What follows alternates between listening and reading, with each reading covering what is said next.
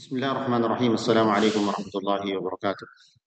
الحمد لله الذي هدانا لهذا وما كنا لنهتدي لولا أن هدانا الله، وأشهد أن لا إله إلا الله وحده لا شريك له، وأشهد أن محمدا عبده ورسوله. اللهم صل وسلم وبارك على نبينا محمد وعلى آله وصحبه ومن تبعهم بإحسان إلى يوم الدين. أما بعد، أحبتي في الله، أيها الطلاب، أعزني الله وإياكم.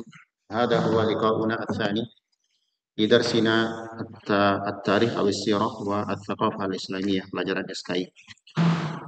Wah, pada pertemuan yang lalu, ayyuhal ahibbah, kita telah membahas tentang kondisi, situasi dan kondisi sebelum kedatangan Islam.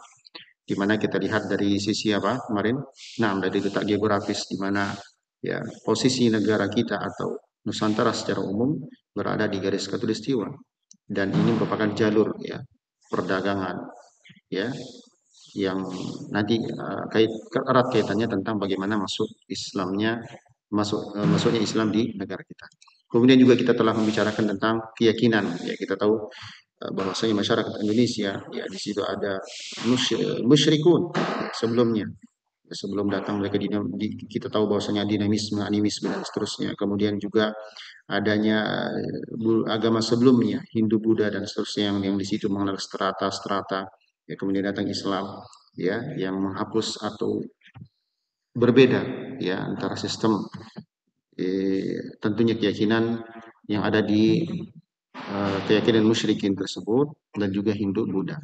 Kemudian bagaimana juga kita lihat dari sisi politik dan pemerintahan ya bahwasanya sebelumnya ya datang Islam sudah dikenal pemerintahan atau politik ya bagaimana di situ disebutkan tentang proses dari Kutai ya misalkan ya.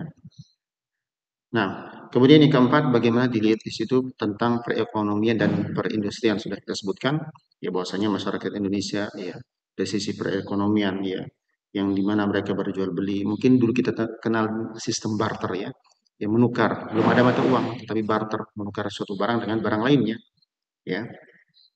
Kemudian juga perindustrian bagaimana berkembang di situ di negara kita, dan kita lihat dari sisi perdagangan tentunya bagaimana sebelum atau sejak abad ke-9, 10 Masehi ya, Cina sudah menjalin hubungan dagang dengan Indonesia.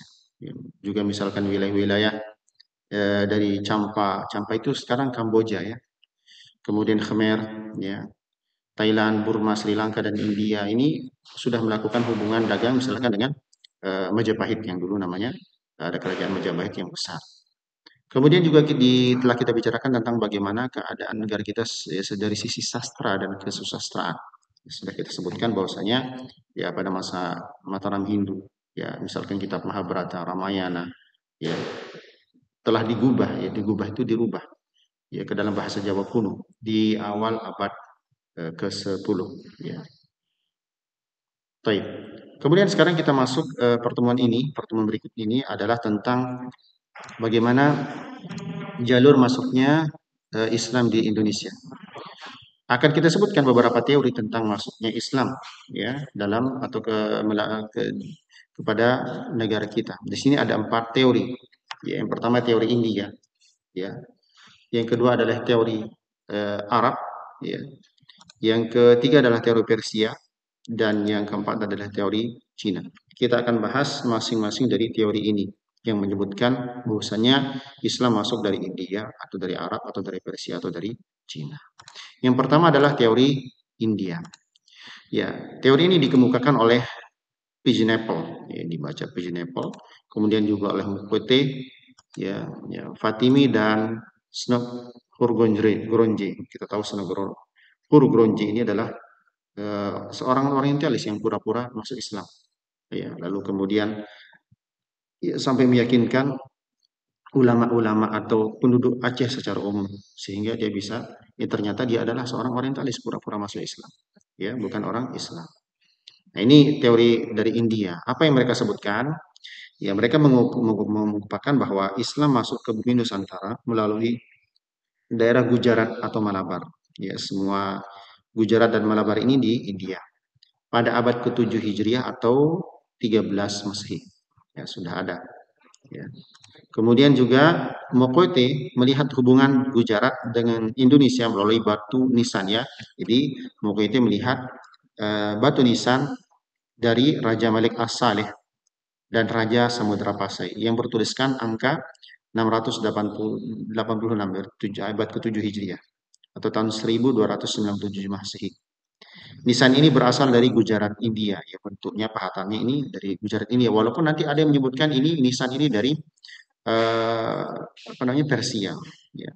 Juga nisan dari Maulana Malik Ibrahim ya, salah seorang sunan yang akan insya Allah kita bicarakan mengenai sunan-sunan ini di Gresik, Jawa Timur. Ini teori India ya.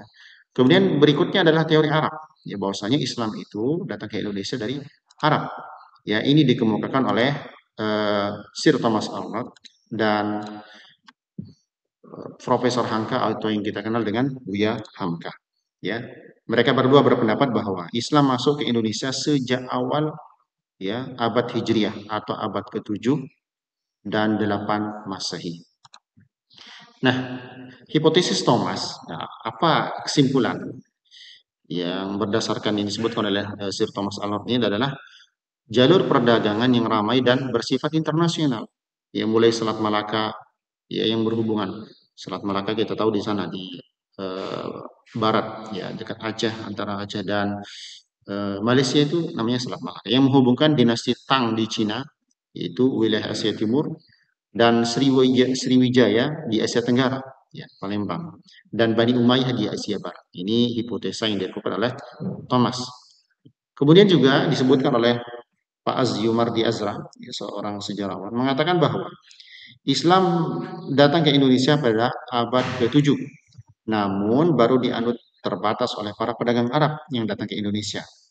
Nah, kemudian baru mulai tersebar dan dianut masyarakat Indonesia pada abad ke-12. Ini teori Arab, ya. Kemudian berikutnya adalah teori Persia, yang kita kenal sekarang Iran, ya. Wilayah Persia itu adalah wilayah Iran. Teori ini dikemukakan oleh Hussein Jayaningrat. Ya. Dia menyebutkan atau berpendapat bahwasanya Islam masuk ke Indonesia pada abad ke-13 Masehi, ya, di Samudra Pasai, Sumatera. Ya, teori ini lebih menitik beratkan persamaan kebudayaan di kalangan masyarakat Islam Indonesia dengan Persia atau Iran. Ya, mana? Ya, bukti persamaan-persamaan itu seperti perayaan Tabut ya yang ada di Sumatera Barat. Ya. Tabut ini mereka semacam apa? Dilarung ke laut. Ya. Dan di Pulau Jawa dengan bubur syuro pada tanggal 10 Muharram. Semuanya yaitu Tabut di Sumatera atau kalau tidak salah ini di Minangkabau dan bersuro ini di 10 Muharram. Ya, di mana ini merupakan hari menjadi peringatan atas meninggalnya Husain radhiyallahu taala anhu oleh orang-orang Syiah Rafidah. Ya. Jadi dia meneliti atau melihat ini, oh sama ini, oh berarti ini dari Persia. Kata atau menurut Husain. Ada juga kesamaan konsep ajaran sufisme yang dianut oleh Syekh Siti Jenar ya dengan Al-Hallaj. Ini adalah paham wahdatul wujud ya, pemahaman sesat ya. Ya di mana Al-Hallaj ini seorang sufi yang berasal dari Persia. Allah alam ini sekedar teori mereka melihat persamaan-persamaan ini. Kemudian yang keempat adalah teori Cina.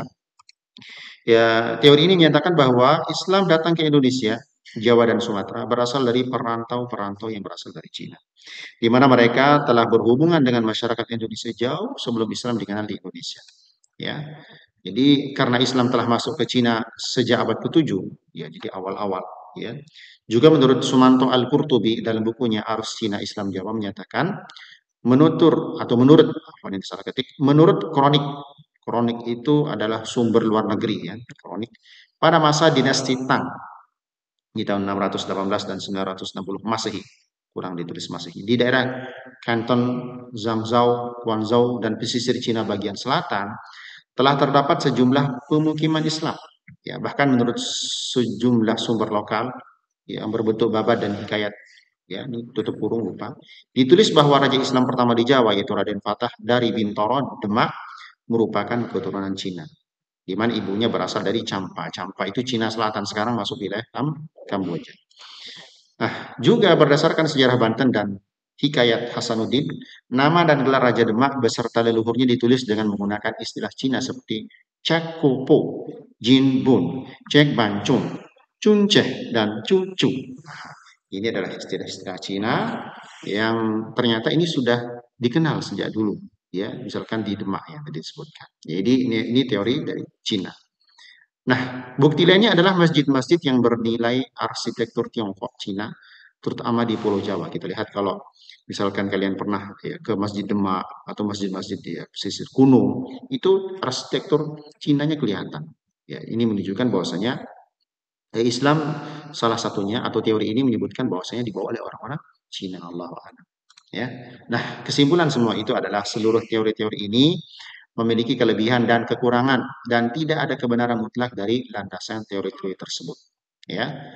Namun, hal yang sangat penting bahwa Islam tersebar di negeri kita ini, di Indonesia ini, tidak dengan kekerasan, bukan dengan pedang, sebagaimana perkataan orang-orang kafir, orang-orang orientalis, yang menyebutkan bahwasanya Islam itu tersebar dengan peperangan, dengan darah, ya, dengan bengis, ya. Salah, ya. Ternyata Islam masuk di Indonesia dengan, ya, melainkan dengan dakwah yang penuh hikmah dan nasihat yang baik. Wallahu ta'ala a'lam. Ayatullah, ini yang dapat kita sampaikan di kesempatan kali ini.